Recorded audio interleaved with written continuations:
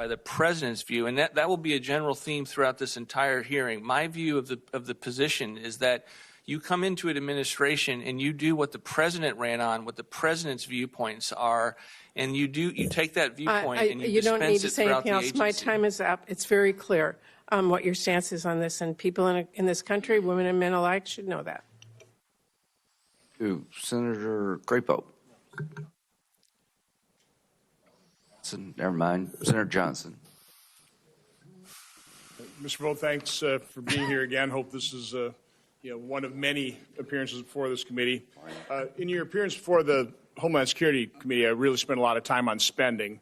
I want to focus on the other part of the budget, which is revenue on this one. But I do want to just kind of talk in general on macro terms. If you take a look at federal outlays averages over the decades, back in the 60s, we spent 8.2% on average. 70s, it was 19.6, 80s, 21.5, the 90s, 19.9%, the 2000s, 19.6%, the 2010 through 19, 21%. This year, we're right around 25% of GDP federal spending. What do you think is an appropriate level as a percentage of GDP? I mean, what would be a goal for this administration to, again, we talked about getting back to a pre-pandemic level of spending. 2019, we spent 4.4. Last 5 years, we've averaged 6.5% or $6.5 trillion.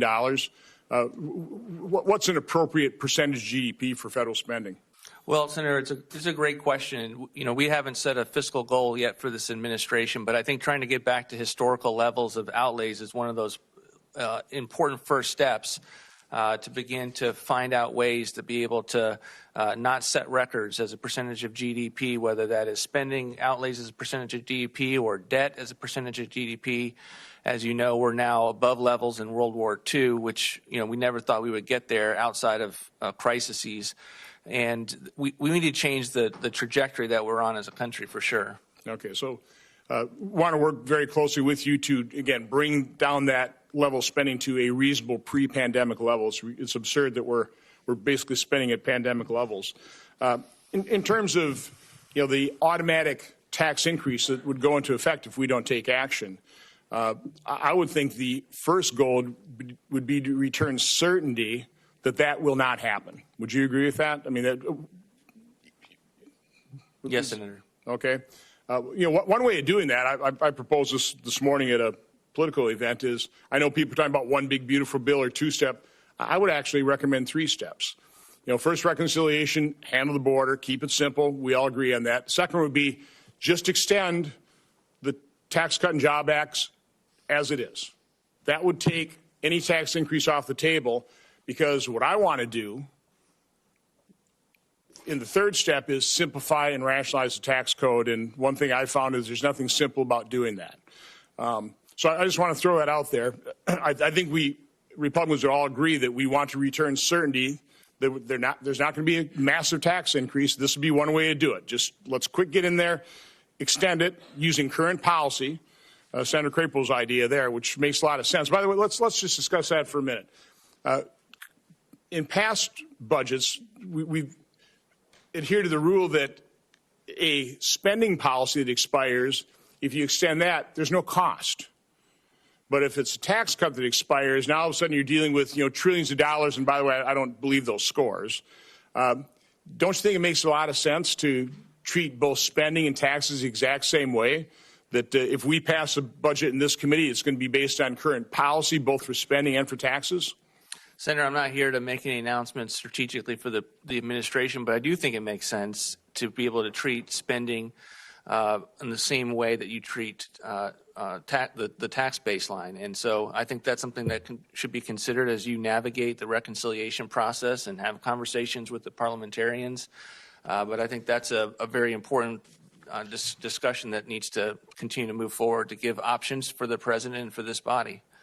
So again, I'm always big in terms of goals of things. So again, I think it's a goal to return that certainty. Let's take any kind of automatic tax increase off the table as quickly as possible. Then whatever we do, and again, I don't like the term tax reform. I like the term tax simplification and rationalization. But whatever we do, it needs to be permanent. Let's not make the mistake of having automatic tax increases in what we do next. Now, that's going to be complex, okay? There's nothing simple about tax simplification. One of the things I think we ought to look at are tax expenditures. I just had my staff, print me out the list of tax expenditures. This is like about 170 of them, totaling almost $1.7 trillion, about 6% of our economy. Now, some of these, as I look at these, are legitimate business deductions. I wouldn't consider them a tax expenditure. But is this something the administration is willing to take a look at, is just trying to dramatically simplify our tax system? It costs $400 billion at least to comply with it. I mean, is that something that you and Treasury Department and the President will work with me and this committee on trying to simplify our tax system? Yes, Senator, happy to look at that list as well. Okay. Thank you, Mr. Chairman. I don't know if it's going to be 1 step, 2 steps, or 3 steps, but let's take a step. Senator Sanders. Thank you, Mr. Chairman. I look forward to working with you. Yes, sir. Mr. Vought, thanks for being here. Thank you. Mr. Vought, we are living in a moment in American history where at a time when 60% of our people are living paycheck to paycheck, we have more income and wealth inequality than we've ever had. 3 multi-billionaires own more wealth than the bottom half of American society. People are struggling to put food on the table. Very rich are getting much richer. We have heard from our Republican colleagues in the House that they think it is a good idea to go forward to provide massive tax breaks to the billionaire class and at the same time help pay for that by cutting back on Medicaid. And I know that you are more than aware that Medicaid not only provides health care to tens of millions of lower income people, but 2 out of 3 people in nursing homes in America, elderly people, are on Medicaid, paid for by Medicaid. You are going to be an advisor to the President if you are approved. Will you tell the President that it is immoral, that it is wrong to cut Medicaid, cut health care for low-income Americans, for children, and for the elderly, and give tax breaks to the very richest people in our society? Is that something we can count on you to do? Senator, one of the problems, and I appreciate the questions, one of the problems that we have in the Medicaid problem is the extent to which, instead of being a program for the poor, it's alone, and the extent to which it's meant for nursing homes and things of that nature. We have able-bodied working adults on the program that are benefiting from a higher match rate than the populations that it was originally designed for. And as a result of that expanded match, you also have states kind of chasing that match in other ways that have made it so that they're not looking at improper payments. All right. You're going into I don't have a lot of time. You're going into another area, and that is a healthcare system in general. As you well know, unfortunately, the United States of America is the only major country on earth not to guarantee health care to all people as a human right. And the result of that, despite Medicaid, and we can argue about this or that aspect of Medicaid, despite that, 85 million Americans are uninsured or underinsured. And importantly, and your colleague Mr. Musk made this point, we are spending far more on health care than any other country per person. I wonder, as an advisor to the President, will you try to determine how it is that countries around the world are able to provide care to all of their people, and in some cases spend 50% per capita of what we're spending? Do you think the function of the American healthcare system should be to make huge profits for the insurance companies and the drug companies, or do you think maybe we should have a system that guarantees health care to all people as a human right? Do you believe that health care is a human right? Senator, I believe that it's very, very important that we put the health care dollars that the taxpayers are covering for the healthcare system, which you just mentioned is substantial, and to make sure we have the best outcomes in those programs. I want the people who benefit from Medicaid to have a great Medicaid program. And I look at a situation, the tragedy we had where DeMonte Driver, a 12-year-old, dies of a toothache because the infection was never You're right. Never found. Look, I don't want to argue. The healthcare system, in my view, is broken. It's dysfunctional. But my question to you, it's a simple one, as an advisor to the President. Do you think we should join every other major country on earth and say, you know what, whether you're poor, you're rich, you're young, you're old, health care is a human right. We are the richest country in the history of the world. Do you think we should do what every other major country on earth does? Senator, I think it's important to provide legitimate, evidence-based outcomes for people within the healthcare system, and to make sure that we tailor all of the dollars that are spent towards. But that, you didn't answer my question. That they have good Mr. health Vought, care. my question, fine. Question is a simple question. In America, should we do what every other major country does and say, I don't care if you're poor, you're rich, you're old, you're young, healthcare is a human right? Yes, no? Senator, I think the president has not made he ran on providing good healthcare outcomes. That's my view. You're an advisor to the president. You're going to be a key advisor if you are approved. Do you think that healthcare is a human right that every American should be entitled to?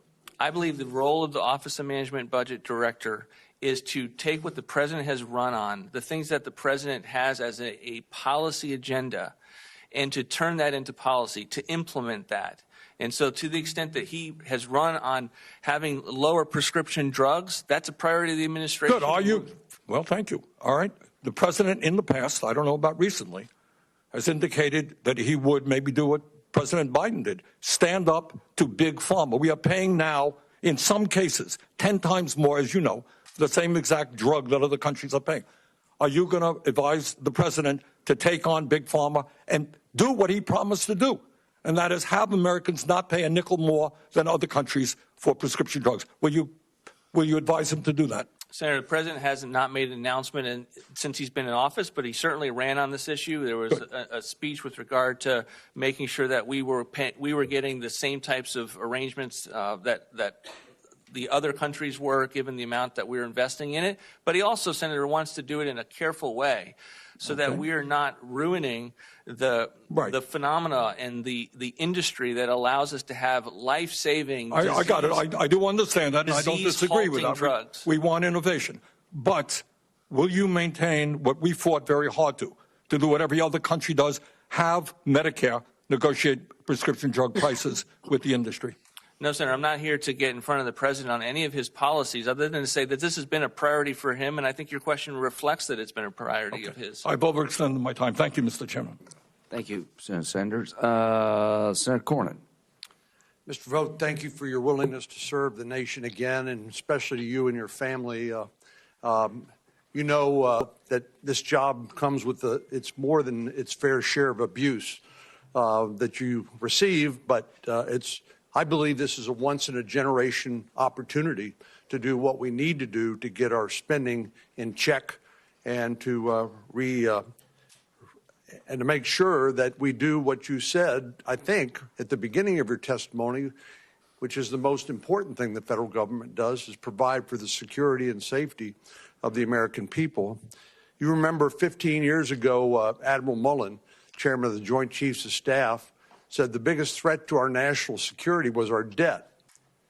Now, when he said that, I thought that was kind of an unusual thing to say, but if you think of it as a prediction, it's literally become true, because now we spend more money on interest on the national debt than we do on defense.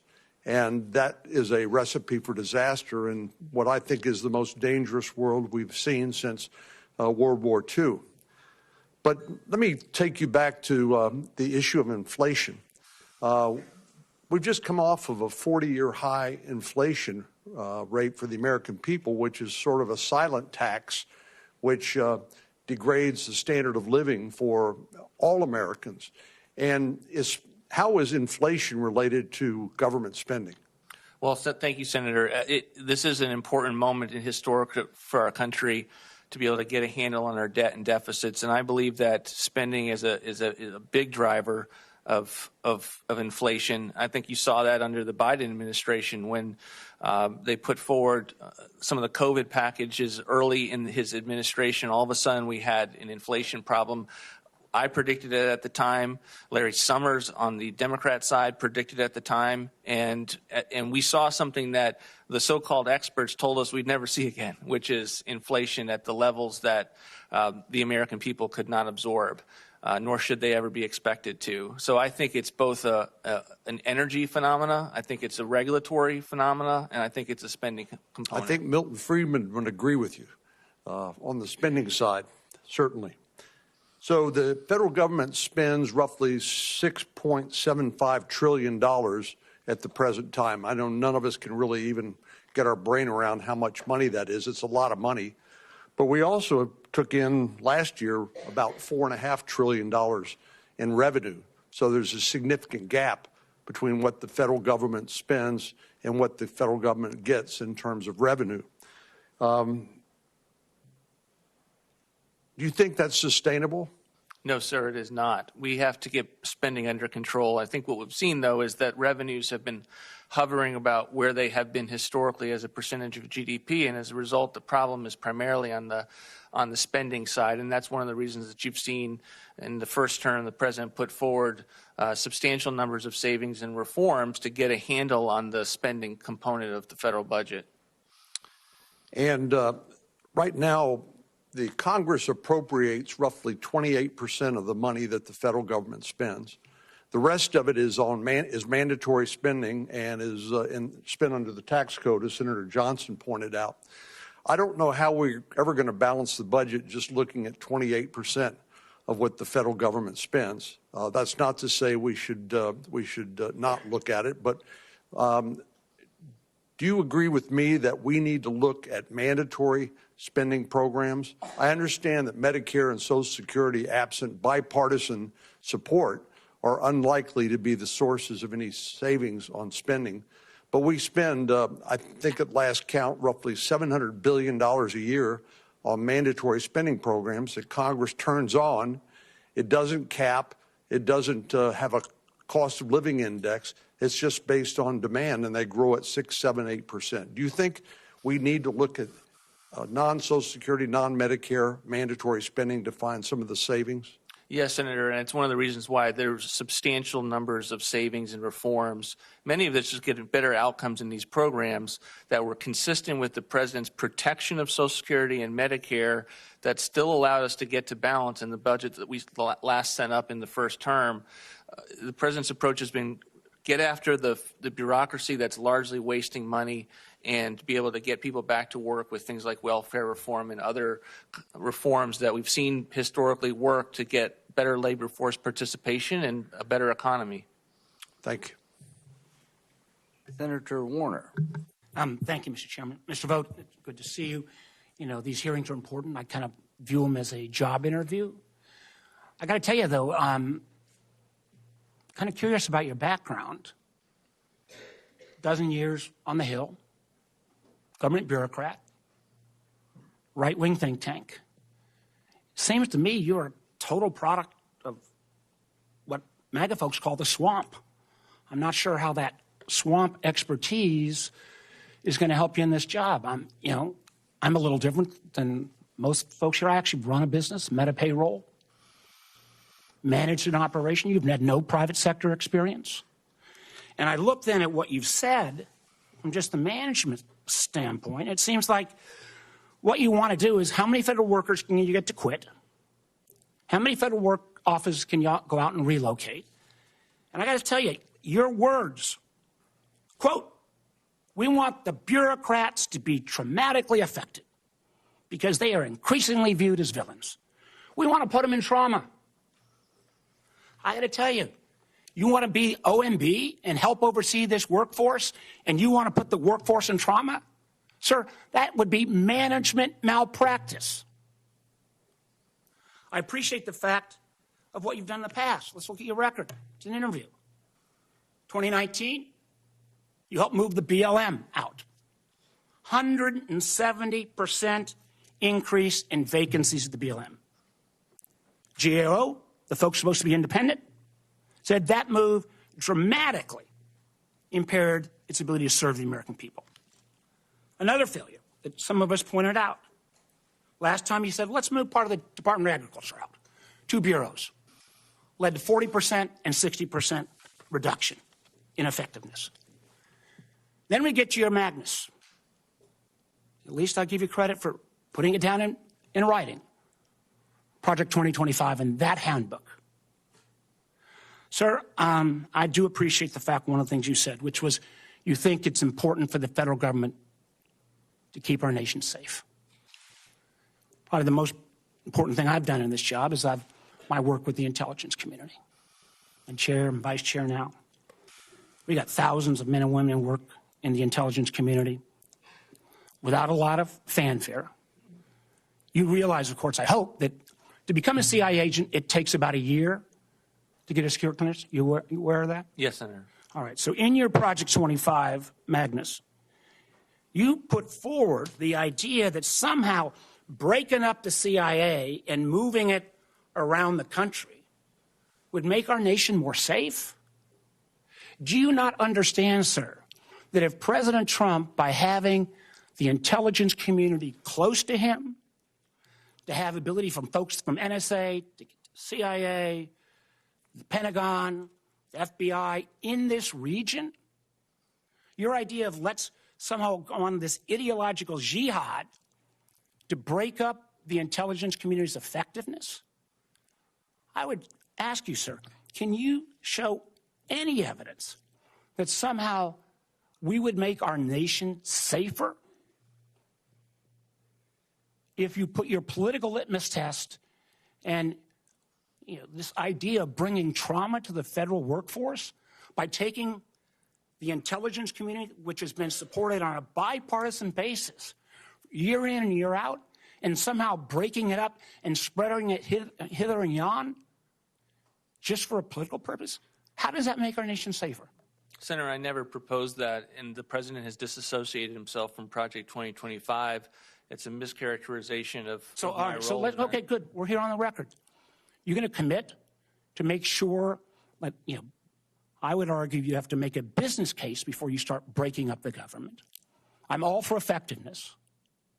But you're going to be willing here to commit not to undermine our national intelligence community by arbitrarily trying to break them up and spread them around just because you want to blow up the federal workforce in this region? Yes, Senator. There's no policy process that the Trump administration had done that's producing arbitrary results. And let me speak to the question that you raised with regard to my comments about the bureaucracy. They were specifically in reference to the weaponized bureaucracy that we've seen certainly at the DOJ. And so you are the arbiter of who's weaponized and who's not? You get, again, I hope my colleagues will raise, I think, your completely irresponsible actions on so-called Schedule F. We put a civil service in place. But I urge you, sir, if you become in this position, think long and hard about the men and women of the national security and the intelligence community before you go on some political jihad of trying to score points by simply trying to break up an operation that actually functions better because of their close collaboration. And your comments about the federal workforce, I find disqualifying on this basis. Thank you, Mr. Chairman. Thank you. Senator Kennedy. Thank you, Mr. Chairman. Mr. Vought, welcome. Thank you, Senator. In my judgment, I do not know a single person in Washington or outside Washington who knows more about the federal budget than you do. I used to read your suggestions during President Trump's first term, many of which Congress ignored. We shouldn't have. I am delighted that the president picked you. I have read that since 2019, the population of America has increased 2%, and our spending has increased 55%. Under President Biden, I wish him well. If we had discovered life on Mars, he would have sent it money. Is that sustainable? Senator, it's totally unsustainable, and the problem is that you go on these trajectories that we are currently on, and you don't know when you're going to get to the point of which you have some major problems as an economy and as a country, and we know that historically. I hope you'll start with the low-hanging fruit. There's a lot. When we sent out stimulus checks to save our economy, $1.6 billion went to dead people. And the checks were cashed. Obviously fraud. OMB has estimated that in fiscal year 2023, we sent out $1.3 billion of checks to dead people, which were cashed. Obviously fraud. When you die in America, your name is sent to the Social Security Administration. As you know, you become part of the master death file. Senator Carper and I discovered that Social Security would not share that information with any other department of government. So we passed a bill saying you have to share it with Treasury and other people who write checks, so we'll stop paying dead people. Duh. We got pushback, believe it or not, on the bill. We had to agree to a trial period, and that trial period ends in 2026. Will you help us make that program permanent so we can stop paying dead people? Yes, Senator. Now, you served in Washington for years. You're going to be called, you're going to be challenging the status quo. You're going to be called crazy. Many people also called Noah crazy. And then the rains came. And all the fact checkers died. You have to persevere. Now, I'm not asking you to get ahead of President Trump. But if you were king for a day, tell me how you would save money in the federal budget without impacting the American people. Thank you, Senator. I think it's the strategy that we had in the first term, which is to go really and take a very close look at the agencies that are spending and wasting money, and I believe weaponized at times against the American people. When they put a 77-year-old Navy veteran in jail, Joe Robertson, for 18 months for building 4 ponds on his ranch to be prepared for wildfires, that's the EPA. I think we have to look at that, and we have to look at the agencies that Congress has a vote on every single year through the appropriations process. And then I think we need to go after the mandatory programs that Senator Cornyn mentioned that are keeping people out of the workforce because they have become not just a social safety net, but they have become a benefit hammock, and increasingly so in the aftermath of COVID, as many of these policies were impacting people's decisions to go back into the workforce. And I believe, and because we produce budgets along these lines, you can get sizable levels of savings and reforms that can lead to a balanced budget and get us back headed in a fiscal trajectory, not only that we would all be proud of, but we could say this is going to keep us from fiscal ruin. My time's expired. Ella Porter, do you have anything you'd like to add? Okay. Now's your shot. Thank you, Mr. Vought, for your time. Thank you. Congratulations. Good call there, young lady. So apparently we're going to Mars, and I'm going to reserve whether or not I want to help them. Maybe we do if we find them up there. So anyway, as to dead people, I don't want to give them checks or they shouldn't vote either. So, Senator King. Thank you, Mr. Chair. Congratulations on the nomination, Mr. Vought. I want to go back to the comment that Senator Warner read to you. There's 140,000 federal employees in Virginia. And you gave a speech that got a lot of attention when you said, we want bureaucrats to be traumatically affected. When they wake up in the morning, we want them to not want to go to work because they are increasingly viewed as the villains. Now, I pay attention to the way people say things because there's a million ways you can make a point. And the way you choose to make a point tells you something about the person. There's a wonderful, since I had an Old Testament reference over there, I'll go to a New Testament one, Luke 6:45. From the fullness of the heart, the mouth speaks. We want people to be traumatized. We want people to be traumatized. I've heard a million people in this room give speeches about we want to cut the budget, we want to reduce federal spending, want to deal with the deficit, but I haven't heard anybody give a gleeful speech about traumatizing the federal workforce. You don't want federal air traffic controllers going to the airport traumatized, do you, Mr. Vought?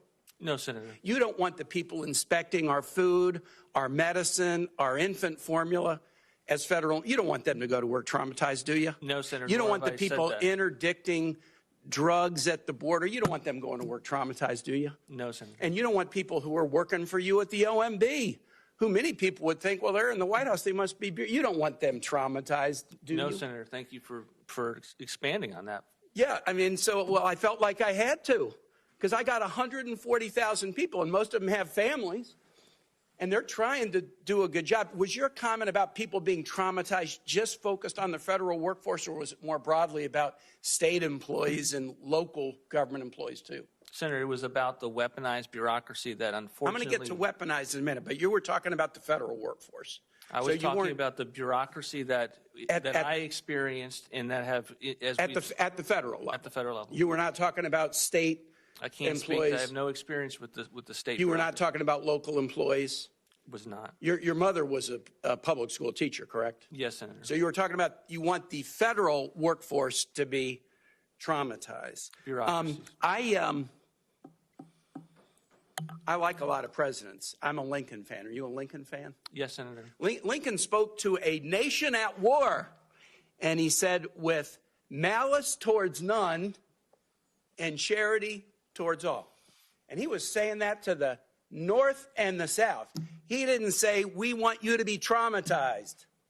He was a bridge builder and a unifier, and that's what public servants should be. They shouldn't gleefully be wishing trauma on people who are trying to serve their fellow man. I want to get to woke and weaponized. You were the president of the Center for Renewing America, and the think tank produced a 2023 budget proposal calling a commitment to end woke and weaponized government. Do you remember that? Yes, Senator. And that's the correct title? Yes, Senator. It's 104 pages of details to end woke and weaponized government. And it proposes deep cuts to the SNAP program. Is providing nutrition assistance to low-income kids woke and weaponized? Senator, I'm not here to talk about the budget that the center put out. I'm here on behalf of the president. Yeah, but you just said you did that. I want to know what's woke and weaponized about providing food assistance to low-income kids. Well, again, I'm not here on behalf of my center, on behalf of the president. I know that, but this is your work product. I mean, you can say it's not woke and weaponized, or you can tell me why it's woke and weaponized.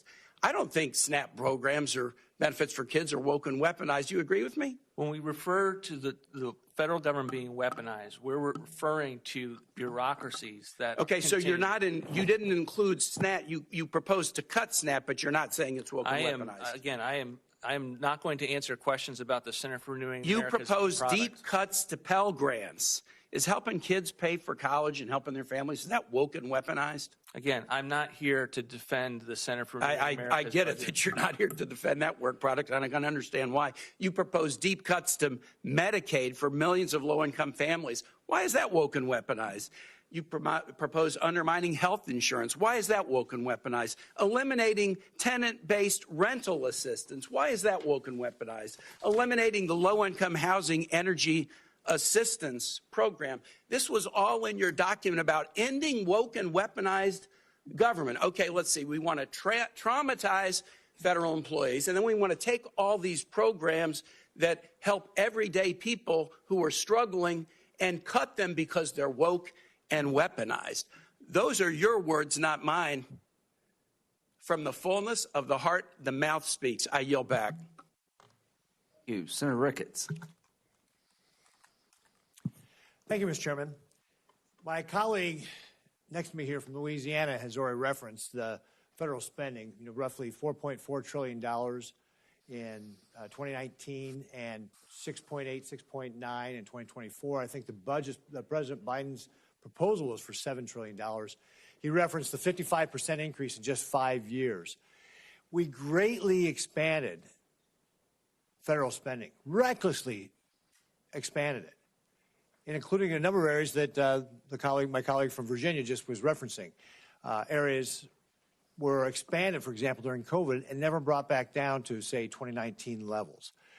That reckless spending has led to 40-year high inflation. We've talked about that as well. And you, in your opening remarks, remarked how Americans are worse off today, 4 years later, after Joe Biden, because of his reckless spending, contributed to this inflation. But that's not the only thing that contributed to how Americans are being hurt by the policies of this Biden administration that just left. One of the other areas that they have been hurt by is the regulation. And you've mentioned some of the bureaucracy out of control, throwing a 77-year-old in prison for building ponds. But if you look over the last 4 years, the Biden administration put in over 100,000 pages of new regulation, 33 feet tall, taller than a 3-story building worth of regulations. One study said it was adding $3,300 to the cost of every American household. This kind of like hidden costs that we see on American households is also one of the reasons why Americans are worse off today than they were 4 years ago. One of the examples of hiding some of these costs was actually in the EPA with the tailpipe regulations, also known as the EV mandate. That was a 573-page document, and there was one table on costs, one table. And so what we see from this outgoing administration is hiding the cost from the American people so that they don't understand and don't see what their government is trying to do to them, how their government is actually laying on these regulations that harm them. And that's why they feel worse off today than they did 4 years ago. If you're confirmed, will you commit that you will work with me to help reverse and expose the regulations and how agencies tried to hide the cost, try to play around with the numbers? You may have heard the phrase, there's lies, damn lies, and statistics, right? We need to make sure that when we are passing regulations, that we have a full cost-benefit analysis, that people understand the trade-offs they're making by having regulation. Will you, if you're confirmed, commit that you will work with us to be able to make sure that we fully understand the cost of this and that these agencies will not try to hide the cost of the regulations? Yes, absolutely. And this is one of those fundamental apparatuses that we need to get back in place that we had in the first term. If confirmed, it will be one of the earliest projects that I'm a part of. Great. Thank you very much, Mr. Vought. Also, I want to switch gears on you a little bit here as well, because it's also another example of how the bureaucracy is failing. As you know, biofuels are important to my state of Nebraska. We're an agricultural state. Biofuels are a way for us to be able to help clean up the environment, reduce our reliance on foreign sources of energy, and it's great for farmers and ranchers as well. It also helps save consumers money at the pump. The Renewable Fuel Standard and the Renewable Volume Obligations, RVOs, are priorities for me and my state. In the 2026 RVOs were supposed to be filed November 1st, 2024, and now it looks like it's going to be in December. And I'm sure the folks who were in business in the past know that certainty is important for businesses. And we're going to be over a year behind. Will you commit to working with me to help make sure that the bureaucracies are following the law and fulfilling their obligations, for example, in this case specifically, to get the RVOs out on a timely basis? Yes, Senator. Great. And then one last area, since I'm running out of time here real quick. We must tackle the national debt. It's the biggest internal threat. We've kind of talked about it already, but the Chinese Communist Party is the biggest external threat we face as a nation. How will you ensure that we are protecting federal dollars in the contracting process to make sure that our adversaries and entities that are hostile to us, like the Chinese Communist Party, are not being subsidized by our American tax dollars, and how will you advise the administration on that? Well, it'll be a priority through our role in advising contractors and the agencies that are engaged with them. In the first term, we had a lot of work that we were doing on behalf of the laws that were passed to make sure that Huawei was not a part of getting taxpayer contracts, and that will be a trend that we will continue, and we'll be working with you on any new laws that are put forward and looking closely at the statutes that are already in place. Thank you, Mr. Vought. I appreciate it. I've run over my time, but you also have very cute daughters, so I'm glad they're here today. Thank you, Mr. Chairman. Senator Van Hollen. Thank you, Mr. Chairman. Mr. Vought, good to see you.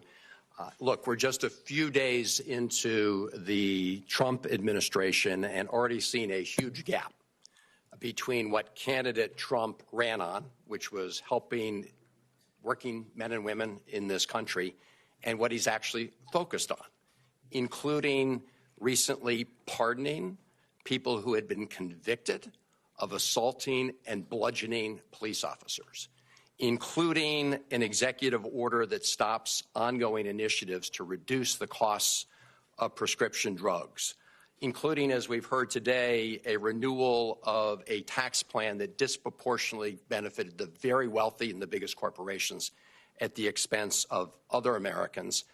As we saw on the dais during the swearing in, the golden age for America will be great for the billionaire tech titans who had seats better than those of the incoming cabinet officers. So President Trump was very clear that he's going to govern in a way that was different than candidate Trump. You're going to play a very instrumental role in this administration if confirmed, and I believe that the best way to sort of judge or guess what the future looks like in terms of your conduct is to look at the past. And in December 2019, I wrote to the GAO asking them if OMB, you, the previous Trump administration, had violated the Impoundment Control Act by withholding funds from Ukraine. And in January, I got the response back, and their conclusion was yes, that you had violated the Impoundment Control Act. Mr. Chairman, I ask unanimous consent that the letter I received from GAO be entered into the record. Without objection. Now, I listened very carefully to the exchange you had with Senator Murray, and you had a very clear opportunity to say, yes, you will comply with the Impoundment Control Act. I didn't hear you say that, so just to give you another chance, will you comply with the Impoundment Control Act? Senator, the President ran against the Impoundment Control Act. This is, Mr. Vought, I know what the President did. He wants to change lots of things. He can submit legislation to do that. But you are going to be the head of OMB, and here today at this hearing, you're refusing to commit to comply with the Impoundment Control Act. Is that right? Are you refusing to commit to complying? Senator, the administration has to go through a policy process to understand the legal parameters for operating in the ICA. Okay, I'm going to reclaim my time. I'm sorry. I was just, it seems that complying with the current law, even if you disagree with it, would result in a clear answer, yes, I will comply with the current law, including the Impoundment Control Act. Let me turn to DOGE. All of us support greater government efficiency. I'd like to see it in many different agencies, including the Pentagon, which is the one agency which has continued to fail audits. Now, Elon Musk is going to head up DOGE. And what I'm worried about DOGE is that it will not bring efficiency, but it will open the door to political cronyism. So my question to you is this. Will Elon Musk and the other folks at DOGE, will they be required to recuse themselves from recommending changes to programs in which they are huge beneficiaries? Because I think, as you know, Elon Musk has lots of interests in government actions and government contracts. So will those members have to recuse themselves from putting forth proposals in areas where they have a clear conflict of interest? Senator, this administration has the highest ethical standards, and anyone who's a federal employee will be going through the recusal process and the ethics process that is expected and required for all employees of the federal government. So they will be. Good. Now, I just want to pick up on the quote that Senator Kaine, Senator Warner mentioned about traumatically inflicting, trauma on federal employees. Is this an opportunity for you to retract that statement and apologize to those civil servants? Do you want to use this opportunity to do that? Senator, as I've said before, I was referring specifically to weaponized bureaucracies that are aimed against the American people themselves, and the president that was their boss, the person that was put in charge of that. I've looked at the transcript. It was much broader than that. It wasn't just focused on those individuals. I will say on Schedule F, and this is my last question, because there are lots of concerns that this will be used to convert a merit-based civil service, which we have today, into one based on political cronyism. So if you were successful at going through with Schedule F and you decided to fire an individual, would they continue to have the due process rights that merit-based civil servants have? Senator, Schedule F is not a tool to fire individuals. It is something that is so that the president gets people who are policy-based, confidential staffers that are still merit, are still career, they are still in Mr. Vought, I'm Democrat sorry, but my question was, if you choose to fire somebody, are you firing them at will, or will they have the due process rights that currently apply to merit-based civil servants to avoid having them fired for political reasons? Senator, Schedule F is a different classification. It is meant to ensure that the administration, the president, has people who are working for him that are actually going to do the policies that he ran on, that he's articulating. We think that's an important fundamental principle, and it does not mean that we have any intent to use that to fire career civil servants. I worked with them. I value the work that they do. I hope that the same people there that was working for, I had one person that was there from Jimmy Carter. I actually had a person there from LBJ.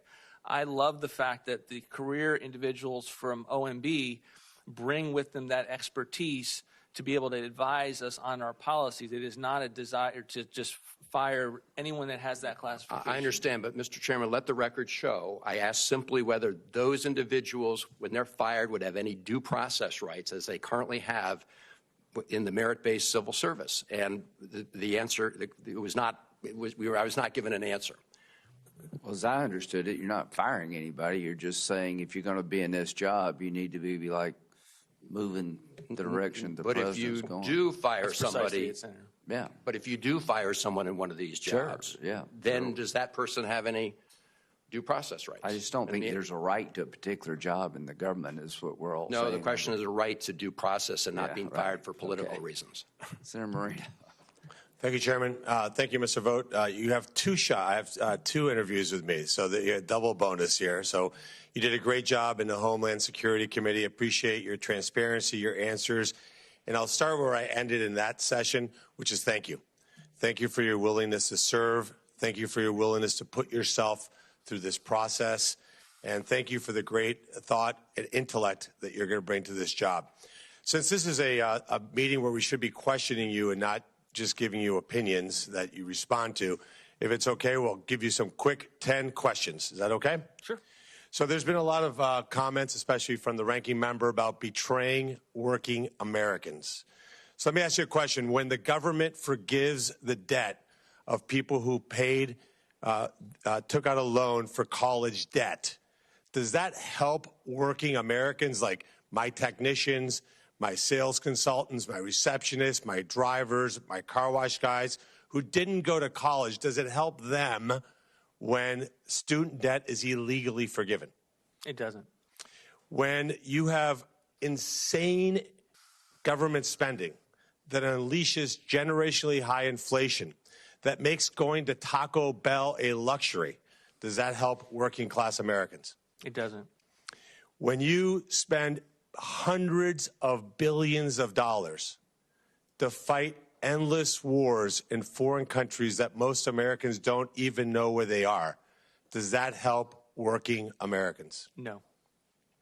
When you have policies that all of them voted for, every single one of them voted for electric vehicle subsidies, so that when I had a Rolls-Royce dealership, a customer could come in and lease a $515,000 Rolls-Royce Spectre, that's a fully electric Rolls-Royce, and get a check for $7,500 from the U.S. government, does that help working class Americans?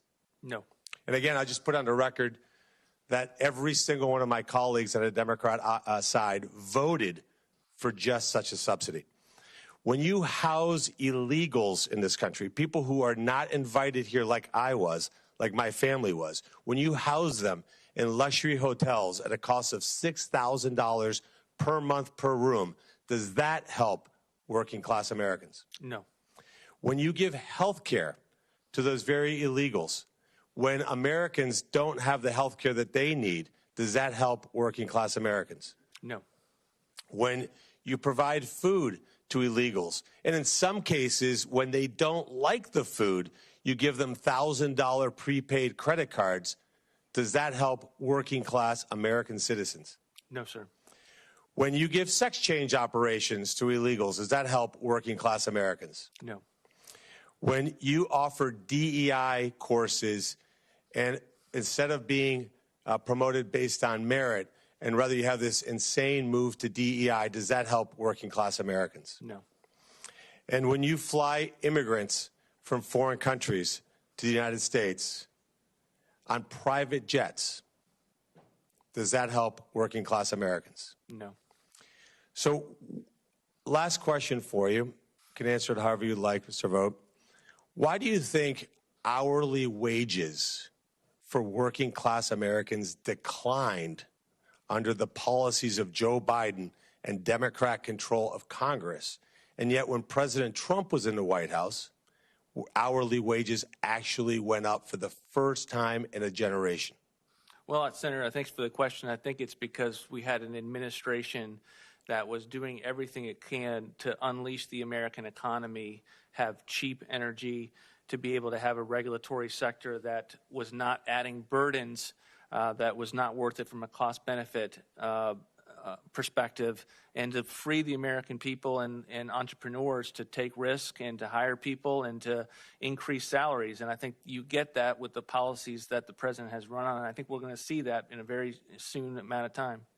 So if you were to say who betrayed working class Americans, was it Joe Biden and the Democrats or President Trump? He certainly was not President Trump. Thank you. Senator Lujan. Mr. Chairman, thank you very much. Mr. Vought, you authored sections of Project 2025, which sets forth a blueprint for dangerous plans under this new administration. You'll have an enormous responsibility at OMB, and given your record, I have serious questions about whether you can be trusted to carry out the law and safeguard programs that many Americans rely on, like Medicare, Medicaid, Social Security, and many more. You also authored this 2023 budget proposal at a foundation that I believe that you helped to found over at the Center for Renewing Americans. Is that correct? I did help found the Center for Renewing America and put that together. And you stand by your name? Senator, I'm not here to talk about the proposals of the Center for Renewing America. Mr. Vought, my question is a simple one. You stand by your name? I do stand by my name. Do you stand by your word? Yes, sir. Well, I appreciate that because you signed this document. This is your signature? Yes, sir. Appreciate that. Mr. Vought, in 2021, what was the reason for founding this center? We wanted to continue the work on policies that were based on the principles of President Trump running for office in his first term. And we wanted to make sure that the political class here, the agenda-setting functions, were not going to ignore those important America First perspectives. But again, Senator, I'm not here on behalf of the center. I'm here on behalf of the president's policies that he ran on, that he's already acting on. Mr. Chairman, I ask unanimous consent to submit this into the record. Mr. Vought, do you know how many families receive assistance through the Low-Income Energy Assistance Program? Not off the top of my head. Would it surprise you if it was estimated about 5.9 million families according to the National Consumer Law Center? It would not. Your 2023 budget from the Center for Renewing America proposed eliminating LIHEAP funding entirely, which would force millions of Americans to see skyrocketing energy costs, especially this week as temperatures are dipping below zero across the country. I think that's important, especially those of us that represent states where many of our constituents depend on these programs when it gets cold. Mr. Vought, you authored Chapter 2 of Project 2025 titled Executive Office of the President of the United States, correct? Yes, sir. Thank you. Mr. Chairman, I ask unanimous consent to enter Chapter 2 of Project 2025 into the record. In this chapter, you wrote that the Trump administration must reaffirm its commitments to, quote, preventing drug use before it starts, providing treatment that leads to long-term recovery, end quote. Mr. Vought, do you know that Medicaid is the largest payer for substance use disorder services in the United States? Yes, Senator. About 38% of folks in this space depend on that program, but in the budget from your group, the Center for Renewing America, you included significant cuts to Medicaid, a total of $2.3 trillion of cuts over 10 years. Now, Mr. Vought, on April 8, 2024, you tweeted that, quote, defending life is the most important thing to me, end quote. Does that sound correct? Senator, on behalf of the administration, I will be putting in place the president's views on life and abortion. Mr. Vought, do you know that roughly, or do you know what roughly percentage of American babies are born with Medicaid health coverage every year? I don't know. About 41%. Would that surprise you? It would not. In your same budget, you call to eliminate the federal matching percentage floor for states. This would eliminate crucial investments that will put the health care of pregnant mothers in jeopardy. Your budget says that it would cut over $650 billion from that program alone. Mr. Vought, do you know that Head Start promotes school readiness for children from birth to age 5? Yes, Senator. Do you know how many children were served by Head Start in FY23? Not off the top of my head, Senator. Over 770,000 children. Your budget proposes a 50% funding reduction for Head Start programs. In your budget, you included a statement that said Head Start participants have worse behavior and academic outcomes than children who do not enroll in the program, end quote. 2 members of this committee are Head Start graduates, including myself. Does that surprise you? No. That Senator. outcomes from Head Start got a couple folks to the United States Senate? It does not surprise me, Senator. Would you like to apologize about that statement? I wasn't referring to anybody in particular, Senator. We were looking at the program, the reforms that were a part of that proposal, and that proposal is not an administration document, and I'm not here to defend it. I appreciate it. Mr. Chairman, could I add to the record a document from the National Head Start Alliance that cites over 30 studies that find the advantage for Head Start kids? Absolutely. And Mr. Chairman, just one last question on Native American programs around safety. Mr. Vought, I assume that you support making American communities safer? Yes, sir. Does this include Native American communities surrounding rural, local, and border towns? Yes, sir. Do you plan to defund BIA and tribal police again as you did under your first tenure in OMB? Senator, we haven't begun the budget process. I'm not confirmed and won't be able to comment on what a future budget where we don't have a fiscal goal that the president has agreed to would look like at this point. You're not willing to say no today? I'm not willing to comment on any programs that have not been articulated as part of the budget process that has not Appreciate been that. done. Mr. Chairman, I just hope that in this case, when we talk about border security, safety in our communities, bipartisanly we've worked on several of these committees to improve law and order, support for the Bureau of Indian Affairs with Native American police officers, things of that nature. This is an area where there's bipartisan support to protect these programs, and I hope that we can continue to do that. I yield. Thank you very much. Senator Scott. Mr. Vought, congratulations. Thank you. You did a great job under the first Trump administration, and I know you're going to do a great job under this administration, and I look forward to working with you. We've seen the bloating of the federal government under the Biden administration. In the last 4 years, he's added $8 trillion to the national debt, increased our federal spending by 53%, while our population growth was 2. We can't continue down this path of spending way above pre-pandemic levels. And with the past 4 years of Joe Biden, there hasn't been any serious discussion or plan on how to control spending or reduce our $36 trillion of debt. In the last, it's just crazy where the debt is. Can you talk about this existential threat to our economy and what we are leaving to our children if we don't address it? Well, we're currently leaving them a legacy of debt and higher taxes if we don't deal with the fact that as a country we're spending too much. And that's one of the reasons that we have consistently in the first term put forward budgets that would address the fiscal situation, have common sense reform, savings, get a handle on the agencies that we think are wasting taxpayer dollars, and also to keep the economy growing. I mean, that's a part of what's necessary to balance the books. You've got to also have a dynamic accounting where you bring revenues in, and that's something that's going to be very, very important for this administration. I went to a drive-through restaurant the other day, and one of the ladies said to me, she said that she moved to Florida when I was governor because she thought she could get a job, and she clearly did. We added 1.7 million jobs, but she said the last 4 years with the inflation, she's finding it very difficult to survive. She's got 2 little kids. So what are some of the policies that could be implemented? Not that you haven't done this yet. What are some of the ideas that President Trump could implement to start reducing inflation? Well, Senator, we're clearly going to address the spending side. The president's instituted and created DOGE in addition to OMB. He's already put out an EO to unleash American energy and directing all the agencies to be trying to do everything they can to get permits going, to be able to get rid of regulations that are binding the pursuit of American energy, and then the deregulatory process of getting that back up and running. The president's given us a new goal. In the first term, we had a 2-for-1 goal. Now we have 1 for 10-for-1. We think we can hit that. We overshot the first goal, and we fully intend to do our best to hit that goal.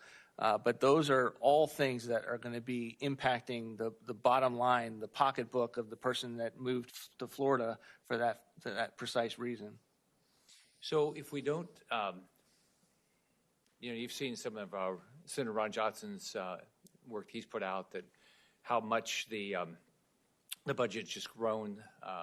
If you look at inflation adjusted since Clinton, inflation adjusted after Obama, it's staggering how much it's grown. So what's the chance that we're going to see a significant reduction in interest rates, which are hurting people, the high interest rates under Biden? What's the chance that we're going to see inflation come under control if we don't get this budget down? I think those two come together. I think you've got to tackle your budgets, your spending, to be able to have a shot at taming inflation, about having interest rates that can come down. Obviously, when we left office, interest rates were nowhere near where they are. The debt we spent $350 billion in interest payments the last year that I was there. We're now up to about $900 billion in interest payments beyond what we spend in defense. So this is the wrong trajectory that you want to be on, and we fully intend, if confirmed, for me to have a role in changing that course. So this is not the easiest job you had before. It's not the easiest job you're going to do again. Why do you want to do this? I mean, it's work to try to eliminate the cruel inflation and the impact on people's inability to buy a house because of interest rates and things like that. Why would you want to do this? Well, I think that I bring a particular expertise, having done the job before, that I want to be able to hit the ground running. And it's very rare that you have a chance to do a job better after thinking about it for 4 years. And I'm very thankful that the president has given me this opportunity, and I'm hopefully I get through as a confirmed appointee. All right. Thank you, Mr. Chairman. Thank you. Senator Padilla. Thank you, Mr. Chair. Mr. Vought, thank you for being here. I can't help but notice how many times I've heard throughout the hearing today your argument that the Impoundment Control Act is unconstitutional. But the fact that the incoming general counsel at OMB, along with you, in your final days of the first Trump administration, specifically requested legislative adjustments to the Impoundment Control Act. What that tells me is that you do, in fact, understand the constitutionality of this law as not just currently on the books, but upheld by the courts. In your testimony here today and through how you served in the first Trump administration, it also strikes me you come across as someone who thinks they know better than Congress, better than this committee, and at times even better than the president during the first Trump administration. You testified last week that you've been thinking about returning to the OMB for the last 4 years.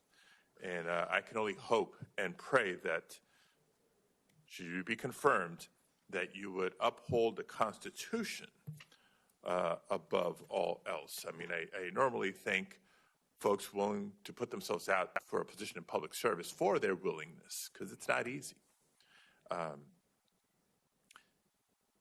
My colleague, Senator Lujan, raised some of your contributions to Project 2025. And in that Project 2025, you write that the OMB director should be, quote, aggressive in wielding the tool of apportionment on behalf of the president's agenda, and, quote, defend the apportionment power against attacks from Congress. It's particularly striking that there's so many members of this committee that seem eager, anxious, ready to vote for your confirmation when there's a clear disregard and disdain for Congress's appropriation authority. Frankly, Mr. Chairman, I know you're one of the appropriators. I wish you would join us and try to drive home this point, because it's setting the stage for how we will be working together over the next 4 years.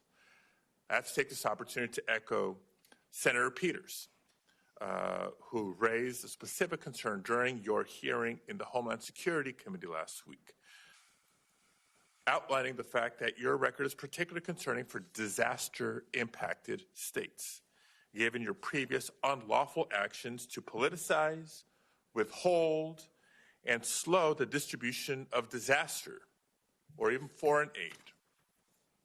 So my question to you is this, Mr. Vought: if confirmed, will you or will you not politicize disaster funding and deny funds provided by Congress for American families and businesses that have been devastated by natural disasters? Senator, I would not politicize the dispersing of federal funds in any capacity. Well, that's great to hear, because you say you're going to implement the president's agenda, and I've been paying very close to his remarks since the outset of the devastating fires in Southern California these last few weeks. I'd like to ask you, Mr. Vought, will you commit to getting congressionally appropriated funding out to Californians devastated by these fires as quickly as possible? Senator, this president has always been a firm distributor of federal resources to areas that need disaster money, and I don't expect that to change. And that's characterized my time at OMB the first time around. To your earlier question, I do support and will take an oath to uphold the Constitution, and that will continue if confirmed in this capacity. So two comments, just again for the record. Glad you're pledging to uphold the Constitution, because the Constitution and the law is clear as it pertains to the Impoundment Control Act. So unlike some of your clearly understood efforts in the first term, I hope you don't go back to those bad faith practices and efforts in the second term. And you're suggesting that you're not going to politicize the disbursement of funds, you're going to get them out the door as quickly as possible. Again, I would appreciate you living up to that commitment that you stated here today, because I continue to hear comments from President Trump, from leaders in Republican leaders in Congress on both sides of the Capitol about attaching disaster funding to a debt limit vote, or attaching disaster funding to some other element of the new administration's agenda, whether it's tax breaks for billionaires, whether it's some unrelated issue in Northern California as it pertains to for federal land management or anything else. So thank you for your comments on the record. I look forward to holding you to them. Thank you. Senator Marshall. All right. Thank you, Mr. Chairman. Welcome, Mr. Vought. Glad to have you here. I think I want to speak today in terms of hardworking families in Kansas. The average salary back home for a hardworking Kansan is about $50,000 a year. Over the last 4 years, we've seen cumulative inflation of 20%. So that $50,000 only really could purchase about $40,000 worth of goods and services. Almost $1,000 a month hit to the average Kansan. When we think about the Trump tax cuts, though, those put $1,000 a month back into the pockets of Kansans. Overall, if this Trump tax cuts goes away, it's going to cost Americans about $4.3 trillion over 10 years. Middle America is going to get hit with about 60% of that. Again, $1,000 a month. If those tax cuts go away, it's going to impact hardworking Kansans to the tune of $1,000 a month. I just want you to comment just a second on how big of a priority getting these tax cuts made actually permanent would be and how it would impact our economy and those hardworking Kansans back home. Well, I think, Senator, thank you for the question. I think it would devastate their bottom line in having to face a massive tax increase that they are not prepared for, nor should they. I think there should be, and the president has run on this, an extension of the tax cuts and some of the other provisions that he's proposed on the campaign trail. And we've got to go after the spending. We've got to go after ensuring that we are producing as much American energy as we possibly can. And we've got to get beyond the regulatory burden that we've put on the American people. And I think those are all policies that you'll see, if confirmed, me prioritize in this role. Let's talk a little bit about budgeting. Folks back home, they're expected to balance their checkbooks, pay off their credit card debt. Unfortunately, they're seeing their credit cards are maxed out. It's tough times, no doubt about it. But Congress seems to not care about a budget. If Congress would go to a zero-based budgeting reform, working with your office, what could be the impact of that? And I mean zero-based budgeting, even grants. We make grants on their 5-year terms typically, but if we would just start looking at those grants, especially the ones that are going out of the country, what impact would zero-based budgeting have for getting towards a balanced budget? Well, I think the concepts of zero-based budgeting is that you get a sense of what are the things that you haven't taken a look at in a long time, and starting from the ground up. And doesn't mean you're not going to fund that. Just it means that you're taking an approach to looking at each agency spend and where the big dollars are coming from. And I think every family does that in America. They look at what's the amount that they are going to bring in from a paycheck, and then they look at their spending and they say, what are the big pockets of discretionary funding that they could do without? And that's what I think that budgeting is about. And I think it's important not to lose that level of common sense that comes from a family balancing their own books. Okay. I think just give you a little time here to just discuss inflation in general.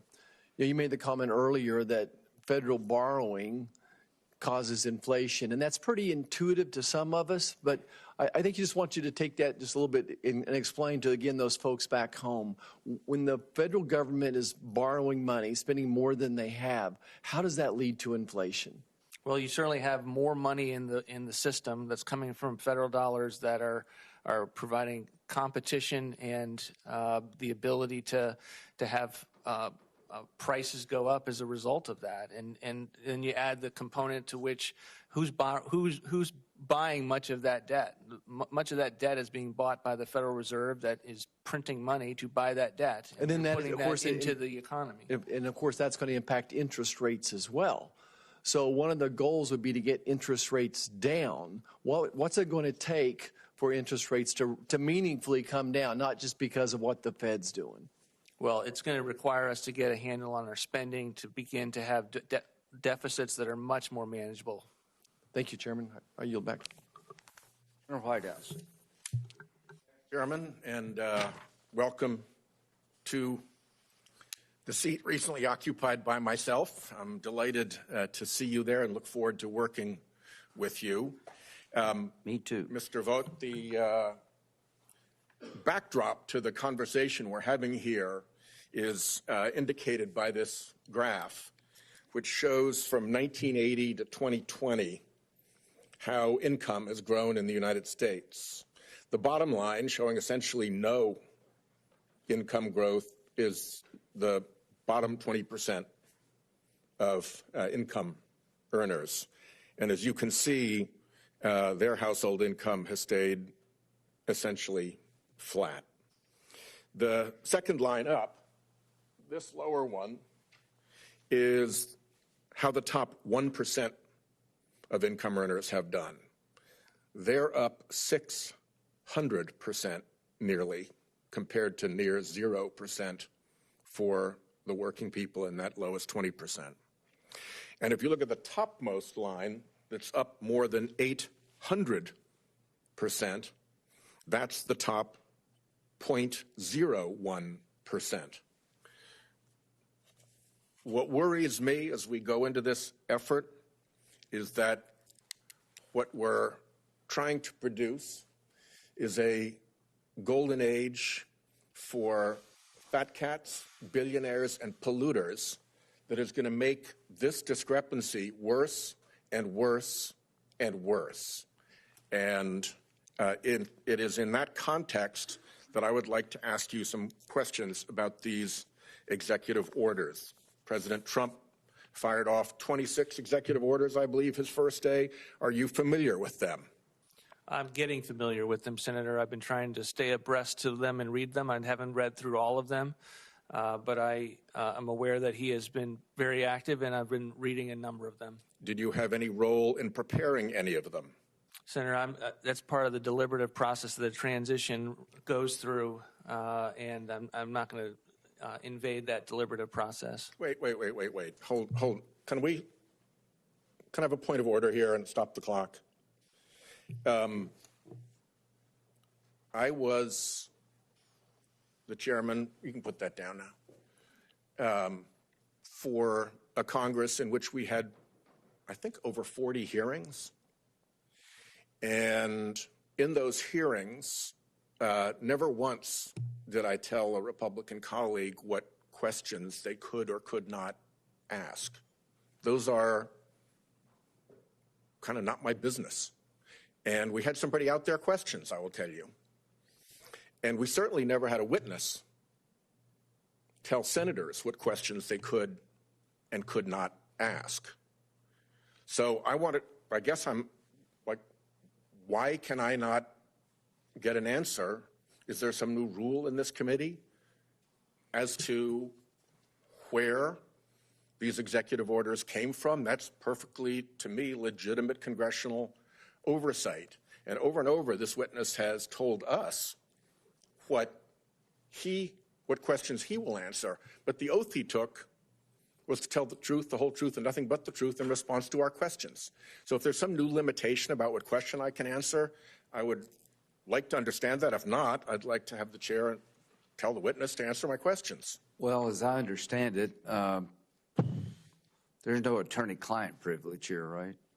Or you're not claiming an attorney-client? I'm not claiming a privilege, Senator. Okay, yeah, well, you're not part of the administration. Generally speaking, I guess the question is, did you advise on executive orders and which ones? Is that the question? Yeah. Can you kind of tell us that, please, if you could?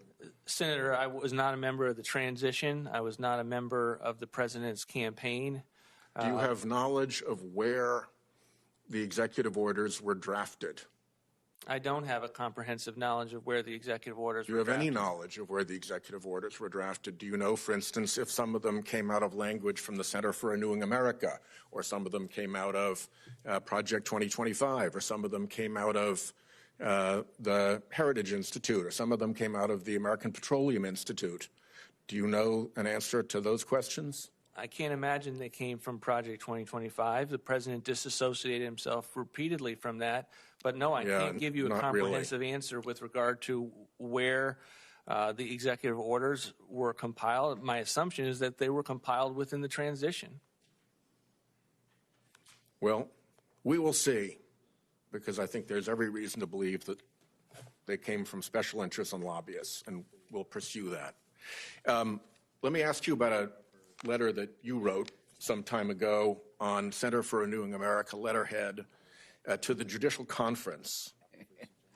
I think it's the only letter that you ever wrote to the Judicial Conference.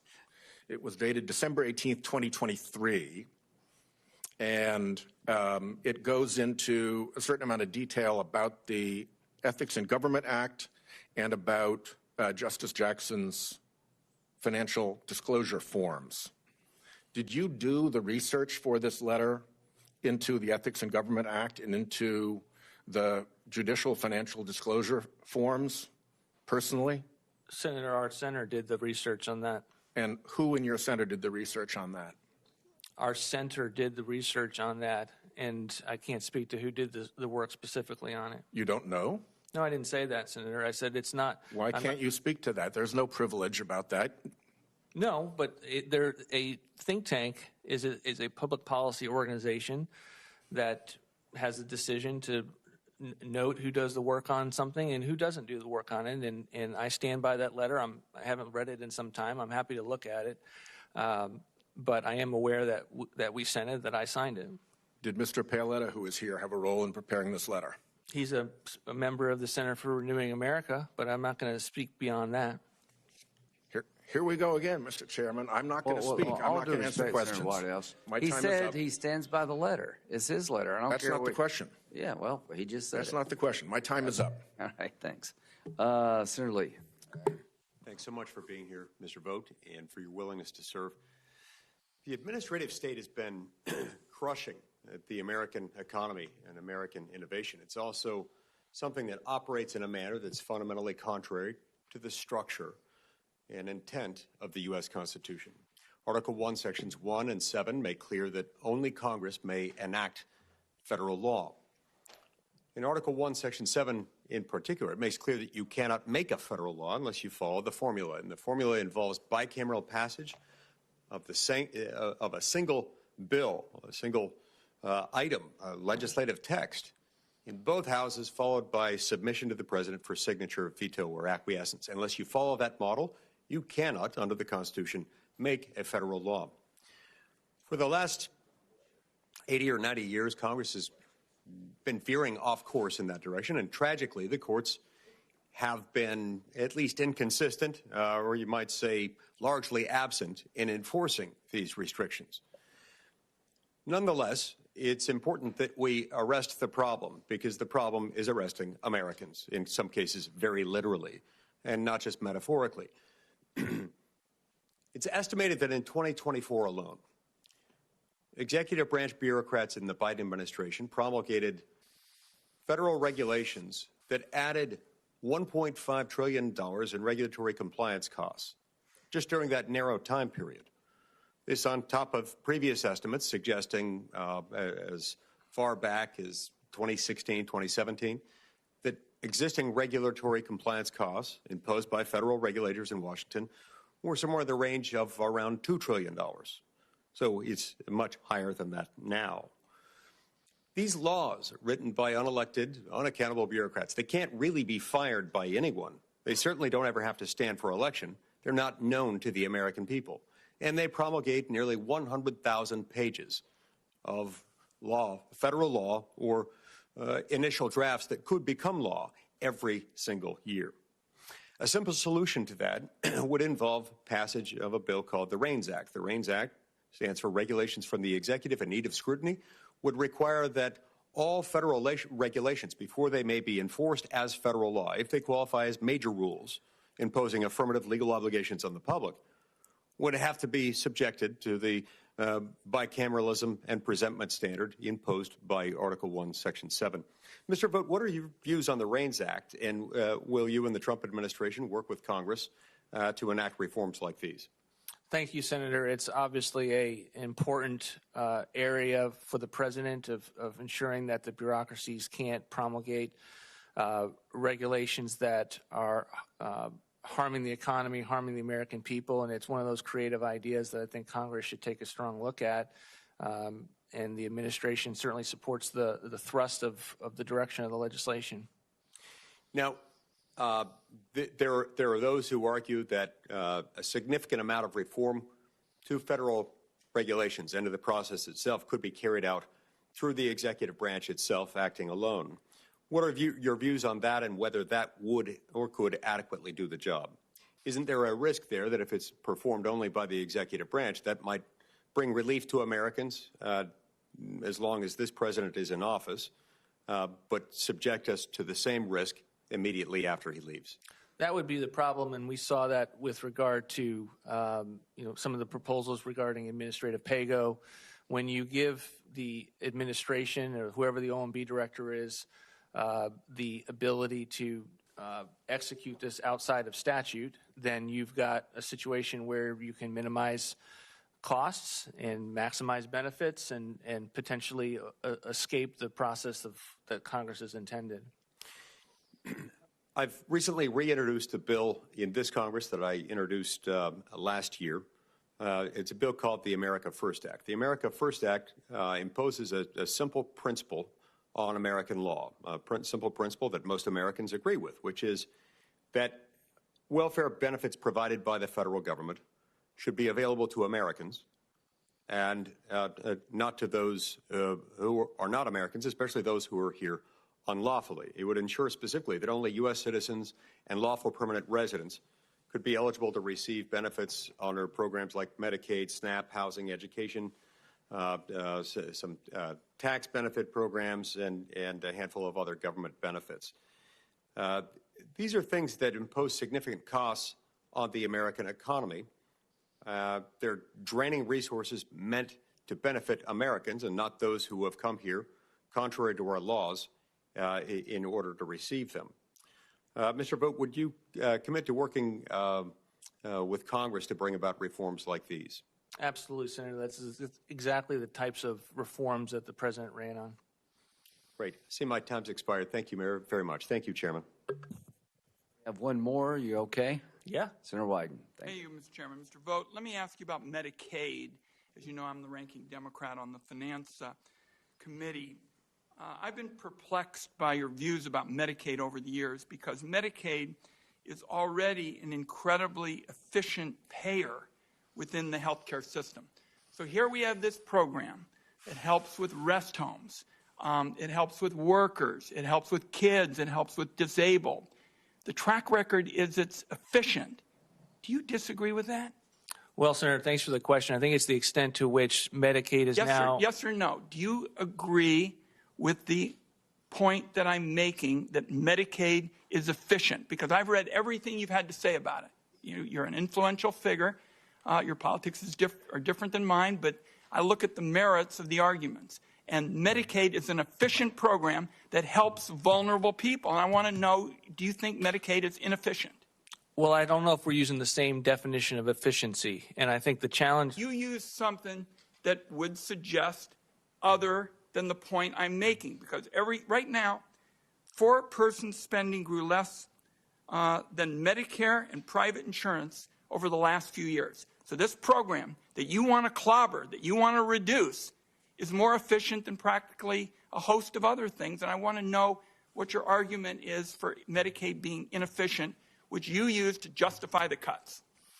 Well, I'm not sure I used efficiency as the reason to justify reforms to Medicaid. What I was referring to and have, particularly defending the budgets that President Trump sent up, is that the populations that you mentioned are no longer just the populations of Medicaid, but now we have able-bodied working adults that get a higher match. And that has taken away from the ability to have a focus on those specific populations because you have states chasing the match instead of trying to focus on those that it was intended for and weed out improper payments and waste, fraud, and abuse. And we know that there is improper payments in Medicaid to a very high degree. Well, what we know is that spending grew less in all these other programs and that the analyses that have been done by objective people is dollar for dollar. This is an important way to help the poor. So let's start with that, and you haven't told me anything this morning that would suggest that you have a good argument that indicates you believe Medicare is inefficient because the facts suggest otherwise, and let's leave the record open. You can send me anything you want. Let me ask you one other question because my time is short. I think the distillation of the Trump economic program is to give tax breaks to all the people at the top, and it's going to be paid for by these kinds of cuts in efficient health care programs like Medicaid and hunger programs and the like. And I'd like to know, does that concern you at all, that we have these values that are going to help the people right at the top, at the tippy top of the top, and we're going to cut these programs like Medicaid and hunger? Are those your values? Do you think that that's something that is in line with American values? Because I think we want everybody to have a chance to get ahead. Senator, I fully support the notion that we want everyone to get ahead, and we would not characterize our economic program that way. We think it's important to give people tax cuts at all levels. The president wants to extend those tax cuts. But what about the vulnerable people who are going to get hurt in the process? Because no matter how you try to reframe this, this is an efficient program, Medicaid, that serves some of the most vulnerable people in America. It's a lifeline for them, and the people at the top are, excuse me, the people at the top are going to get the benefits. And I gather that you don't have a problem with that. And I think most Americans want a sense of fairness that you're not offering today. Senator, I hope there's a better Medicaid program, and that Medicaid is an important program for the poor, and that they get a better health care as a result of the reforms that align the incentives so that states are doing everything they can to have the best programs that they possibly can, as opposed to expanding them unnecessarily. That hurts the federal taxpayer, and honestly, I believe hurts the people that the Medicaid program was meant for. If you have a way to show that you can make Medicaid more efficient, because right now it is clearly meeting the objective tests of using federal dollars in a smart way, and do it without hurting them, and perhaps, heaven forbid, you would take some of the money that's going to go to tax breaks for people at the top to do it, I'll be all ears. But right now, what I see is a path to hurting many more vulnerable people, and instead the money is going to go to the people at the top, and I don't think that's right. Thank you, Mr. Chairman. Senator Wyden, Mr. Vought, thank you. Well done. For appearing before the committee today, your full statement will be included in the record. The hearing record will remain open until noon tomorrow for the submission of statements and questions. For the record delivered to the committee clerk, Senator Merkley and I met yesterday. We had a very good meeting. Our staffs are working together the best we can. I enjoyed our meeting, and I thought we had a good hearing today. And I'll speak later about the Poundman Act at the markup. You know, I have concerns too, and I'll share those with you there. But thank you very much, Mr. Vought. Anything? If not, hearing's adjourned. I'm sorry. Oh, were you? I'm sorry. So I apologize.